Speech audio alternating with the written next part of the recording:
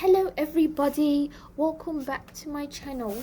Now today I'll be discussing how different environments affect businesses, right? So this is relevant to different countries all across the world. So let's get into it. But before we get into it, can you guys please do me a favor and subscribe, leave a comment down below, and also like this video. So let's get started. Now there are several environments. It's actually very important to know these different environments. If you are looking to start a business, you need to know about the micro environment, the macro environment, and the market environment, right?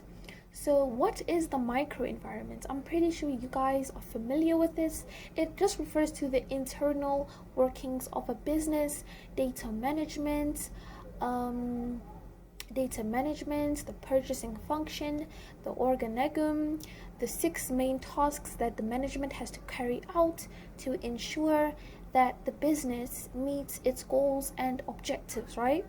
So it just refers to the internal workings of a business, and you guys really need to understand the components.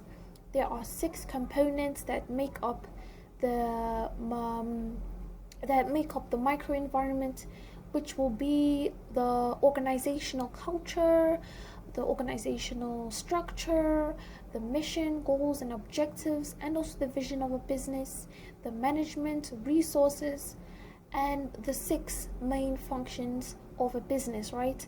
So these are the components that make up the microenvironment. Now, why is this important for you guys to know, is what you're probably going to ask me, right? Well, it's very important because I'll continue later on, because I will be also talking about the macro environment. I'll also be talking about the market environment and why it is important to know this, because any factors that happen outside of your business or that is in the same environment as your business will indeed affect your business operations. That is exactly why it is very important to know these, right? So I've spoken about the micro environment. It's just basically the internal workings, how important managers are. Managers allocate resources to make sure the business meets its goals, objectives, missions, and visions. And they also influence the organizational structure of the business. That's what their managers are actually really important. I don't know if you guys know what an organogram is, but it is a structure that depicts the 8 main business functions. And it basically just depicts the structure of the business, like who the managers report to, who report to them, the responsibilities and the functions, the responsibilities. The managers' responsible functions and which departments they are responsible for, right? So these are all of them, and it's very important to know this so that you know how to structure out your business, how you know how important resources are, like the natural resources, the financial resources, technological and information resources, as well as the human resources. Human resources are basically the employees, right? Okay, now we're going to go on to the next. We're going to speak about the market environment. The market environment refers to the competitors, suppliers, the consumers, civil society, intermediaries, regulators. All those factors is what makes up the market environment. Now, the market environment, the microenvironment, they work together. Now, if you have a business or if you want to start a business, this is very important to know. It is very important to know this because you need to understand how the consumers, or what affects competition, how consumers, what consumers you're targeting, how unions can also play an important part in your business and how they can actually help you when it comes to regulators, so you understand which laws and regulations that you need to follow in order to avoid any troubles. So let's get into talking about the market environment, right? So the market environment consists of regulators, which are organizations or institutes that control business operations and market environments, right? So examples of regulators in more specifically in South Africa would be the Advertising Regulatory Board, also known as the ARB. Also know another example of this would also be South African Bureau of Standards. Now these are responsible for controlling business operations, also to make sure that consumers are also protected, right?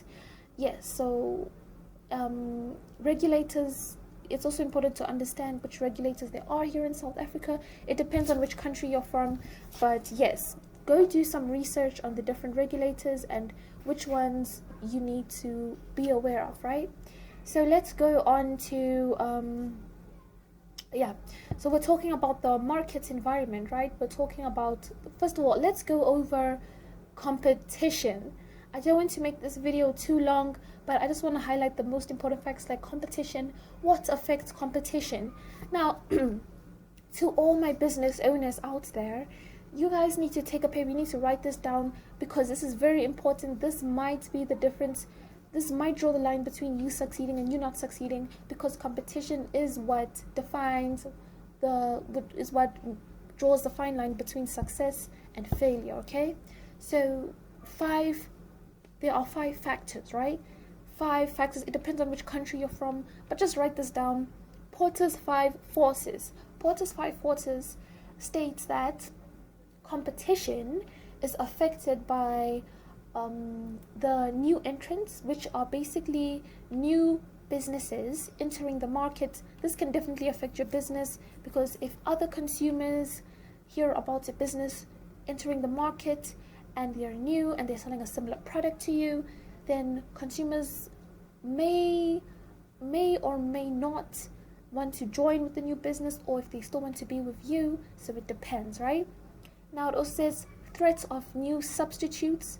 Threats of substitutes is basically the replacement of product entering the market. This is very bad, because replacements mean that businesses can kind of run out of business and lose profits, because there are products that are similar to that at a cheaper price. So you guys need to look out for that. Next component would be competitive rivalry. Now this refers to businesses that are the same size as you, selling a similar or the same product or service at a better price. You guys need to look out for that. Do your research. I'm not saying you should make your prices very low as possible, but just be aware of this, right? The next factor would include competitive rivalry already, sorry.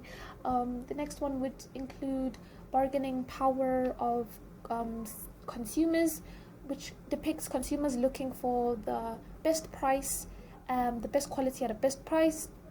And also the competitive rivalry of suppliers. Some suppliers are able to use substitute resources or even substitute suppliers.